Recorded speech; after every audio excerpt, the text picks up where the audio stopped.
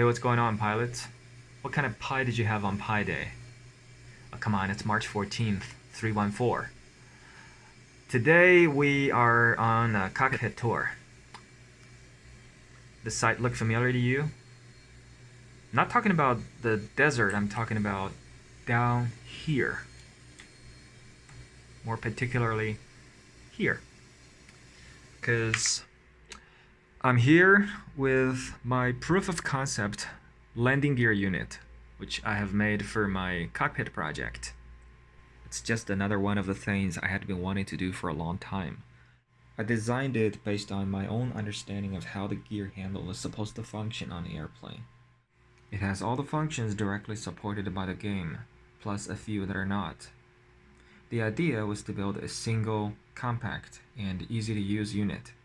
So I have built it to run on a separate power supply. The device is plug and play through a Type-C USB connection. Assignment of the input functions is relatively straightforward.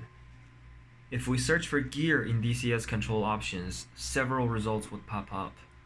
The two options with forward slashes are toggling commands. They are meant for keyboard or push buttons. So we're left with two pairs of commands for the lever and emergency handle. This unit has all of them covered. Gear lever up and down swing movement is pretty much self-explanatory.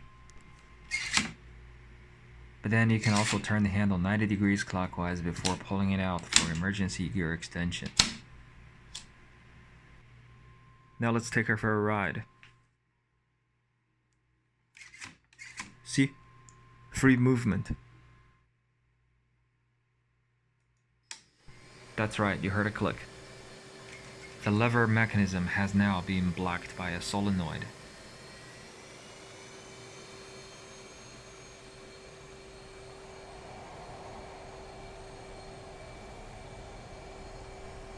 Picking up speed.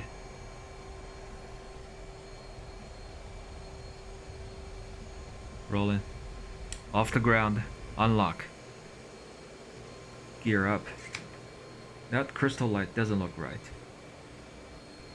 I've looked all over the Lua scripts in the game, and there doesn't seem to be a direct export of the state of that light yet. So I had to make the most out of what I do have access to, which included the state of the gear lever and the 3 gear down indicator lights. Now watch my airspeed and listen. Now that the gear lever has been locked in the up position, I thought it would make sense.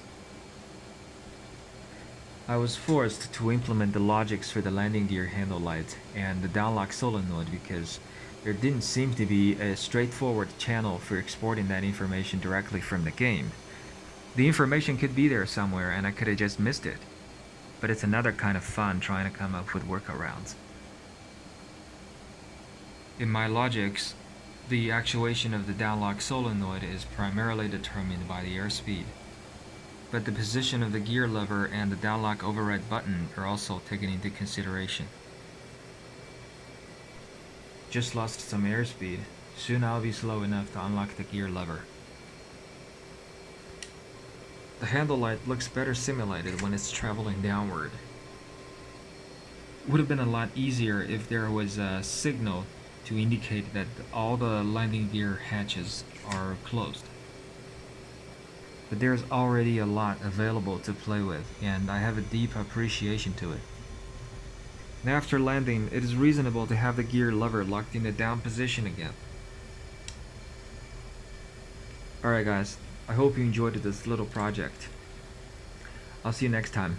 Thanks for watching.